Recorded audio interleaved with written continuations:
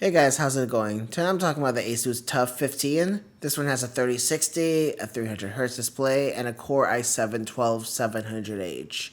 So usually I review $4,000 laptops or around that price. You would think it would be very jarring from going something from like the $4,000 Zephyr Duo here with a 3080 Ti to a $1,300 laptop here that's predominantly made out of plastic, and you would think that would be jarring, but you'd be surprised. I mean, these days, these entry level laptops are they're checking all the right boxes. They're doing just about everything right. You're getting all the bare bones, all the basics, all the necessities out of a laptop in this affordable 15-inch package. So I thought I was just gonna, I'm just gonna review it because I got a lot of requests to do it. I understand that people are not willing to spend $4,000 on a laptop, $3,000 even, $2,000 even. So at $1,300, $1,400, this is getting you there. So I mean, I kind of jumped the gun already, but let's just start talking about the build and the design.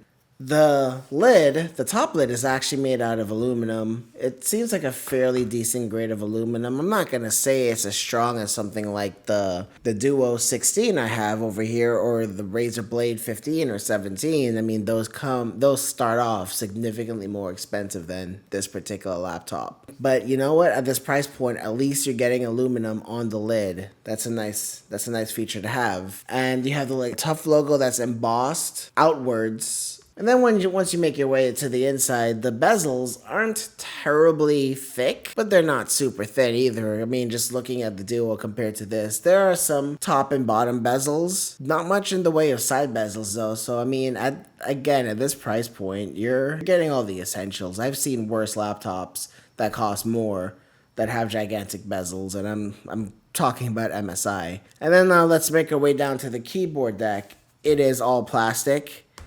There's not going to be any question about this type of material. Like, I also have the Legion 5i, and that keyboard deck is plastic, but it'll kind of make you think a little bit. You'll wonder, with the Legion at least, what the build material is on the keyboard deck. This, there's no question. It feels like plastic. It looks like plastic. But you know, there's really not much flex on the keyboard deck, and that's not something I typically test or look out for. But I figured maybe on this particular type of laptop, I'm looking out to see what they're cutting their corners on. And I mean, so far, like, just for me using this for about 2 weeks, I haven't really seen any significant corner cutting that kind of blows my mind. So then one thing I really like though is the back of this laptop. It's got some kind of like design. It looks, I don't know if it's like a recycled plastic or it looks like a tough type of material, like a cooler, like one of those outdoorsman type of back panels. I don't know if it's recycled plastic or it looks like it belongs on a Jeep Wrangler or something like that, but I kind of dig the design look. It kind of gives it the appearance that it could handle a lot more abuse that it's leading on to be, but I doubt that. I'm pretty sure this is just as fragile as any other laptop. So then coming back to the front, let's talk about the keyboard. You're actually getting a full number pad, which is surprising because none of the other ASUS 15 or 16-inch laptops have this, and I'm kind of disappointed that they don't. This fits in, it feels fine. The keyboard doesn't feel cramped. You're not getting full RGB in terms of the keyboard lighting. It's a single zone. The WASD keys are a little bit more transparent and has like a lot more light coming through it. It's not my favorite touch. I feel like it's a little bit distracting, and it kind of takes away from the symmetry of how this product was designed. It's not really a ding. That's just more of my opinion. And you know, at this price point, all of the secondary functions are backlit, and that's something that you don't get on $4,000 laptops. So again, they're checking all the right boxes. So the typing experience on the keyboard is actually not bad. The throw is a little bit short, the travel, I should say, and it's fairly responsive though. I have no problem typing on this. I'm not going to say it's the best, but it's by means not the worst.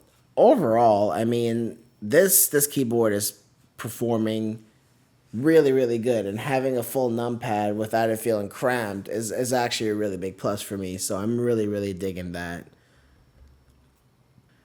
All right, so coming to the trackpad, it's plastic. It's fairly obvious that it's plastic, but you know what? That's not really a bad thing. And again, I'm going to keep on saying this again and again. At this price point, that's okay. But it's fairly responsive and it glides well. And at 300 hertz, which I'm not at the display section yet, but this silky smooth trackpad pairs very, very well with this silky smooth 300 hertz panel. I touched on the display, so let's just quickly jump into that, which is my favorite section. This is a 300 hertz panel that ASUS has been using for several years. If not, it's a similar variant of it. So this one reads at a 97 or 98 sRGB, mid 60s in the Adobe RGB and DCI-P3, and the contrast ratio is 1100 to 1. So it's measuring well for this type of panel. I really want to see the day when we get 1080p panels that also push a higher color volume, because at 15 inches, you can do some creative work with this. You can do just about anything with this. And honestly, another thing that I was concerned about is going to a 1080p panel compared to just coming from 4K panels or QHD panels or mini LED panels or OLED panels.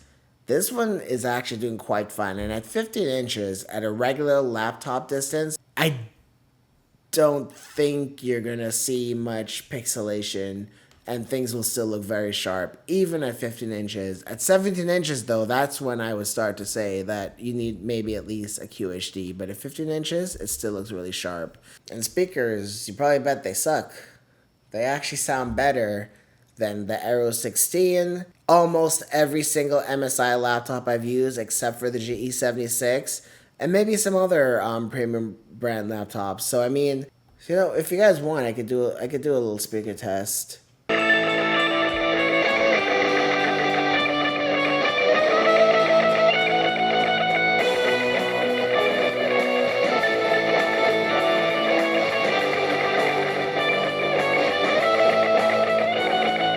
Okay, that was the TUF 15. Let's see how the Duo sounds, so we could get a bit of a comparison.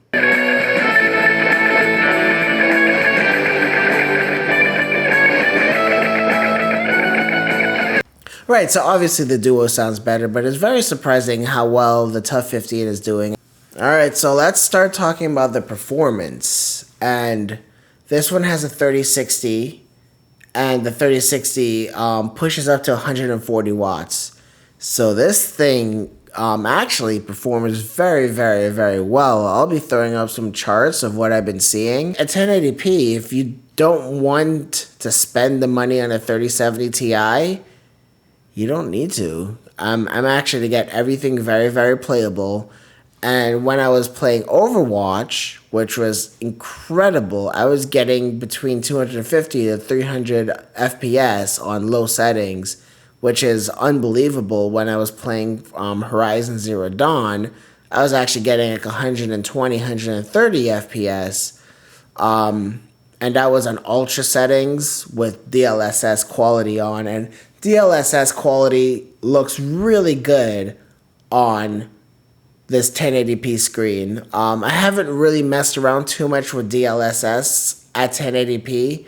I know you get you get the most out of it at higher resolutions, but at 1080p, looking at Horizon Zero Dawn, and I was like looking around at I was looking at the fine details like the grass and her hair and all that stuff, but no, to me it looked really good. So with DLSS, with the 140 watts, you're actually getting a very capable gaming experience. Of course, there are more gains to be had, and that's why you could upgrade to the 3070 Ti or the 3080 Ti on one of the thicker machines. I would say if you're on a tight budget and you really want a gaming laptop, you're not shortchanged here. You're getting a fully capable system. And there's something about the way this laptop was made. I have noticed an increased latency. And yes, I'm on dedicated GPU mode, or discrete GPU mode, which is what ASUS calls it in the Armory crate. But for some reason, when I was playing fast-paced shooters, I did notice that there was an increased amount of input latency compared to the Duo, compared to a lot of the other laptops. And this is something that MSI has always nailed. Their input latency is incredibly low. My gaming performance is substantially better on those laptops than it is on something like this. I did notice after a few rounds, I kind of got my groove and I got used to it though. I know there's certain opportunities where I wouldn't be able to make a shot or I wouldn't be able to land a particular headshot on this laptop as I would be able to on my dedicated desktop or on one of the faster laptops. So that's something to be aware of. And that's something for me personally, I would want to step up towards something like that to get that reduced latency. I mean, battery, I'm not going to spend too much time on it. No Intel laptop that I've used performs really, really good. The good thing about this being a 1080p panel, and when you unplug it, ASUS automatically shifts it down to 60 hertz. So with that being said, you can probably get like a good 5 or 6 hours out of this, maybe even more. And you know, and on the temperatures, which I didn't talk about earlier, but I guess I'll talk about the temperatures in my outro. They're actually fairly good. They're just about as good as any other laptop I've used. CPU thermal throttles at 95, and it gets up there when you're pushing it hard. Similar to what the Razer Blade 17 was doing, it'll go up to 95, go down, go up. But then when I was playing Overwatch, running at 250 frames and up, that's a good opportunity for it to test the CPU, and it was in the high 80s, low 90s, barely throttled. It didn't get to the point where it just started throttling and then I lost all of my frames for like the rest of the gaming session. I didn't notice that after playing video games on this for over an hour. The GPU, worst case scenario, I saw go up to like 80, 81, which is, again, standard.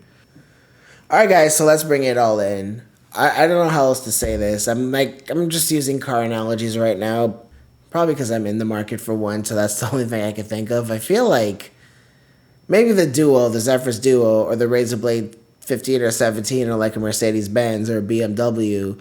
And this TUF 15 is probably like a Honda or a Toyota. Realistically, a Honda and a Toyota does 80, maybe 90% of what those luxury brands can do. They just get you to that next extra level in terms of, dare I say, a lot of gimmicky features. I mean, a premium build is nice to have, but it doesn't improve the display. It doesn't improve your typing experience. It doesn't make you win more games, but it is nice to hold on to. This takes all that away and just says, here, what do those who want a gaming laptop need? They went through the list and they cover them all, and they just cut all of the BS. They nailed it. I mean, this display is the same display that you were getting on the Duo last year. Also the same display that you were getting on certain models of the Scar 15. The keyboard is fine to use. It has a numpad. The trackpad works really, really well. If you're putting a budget constraint on yourself to get a gaming laptop, I haven't tested much other budget laptops. I will, depending on the feedback I get from this one. I would say this is a win. Go get this.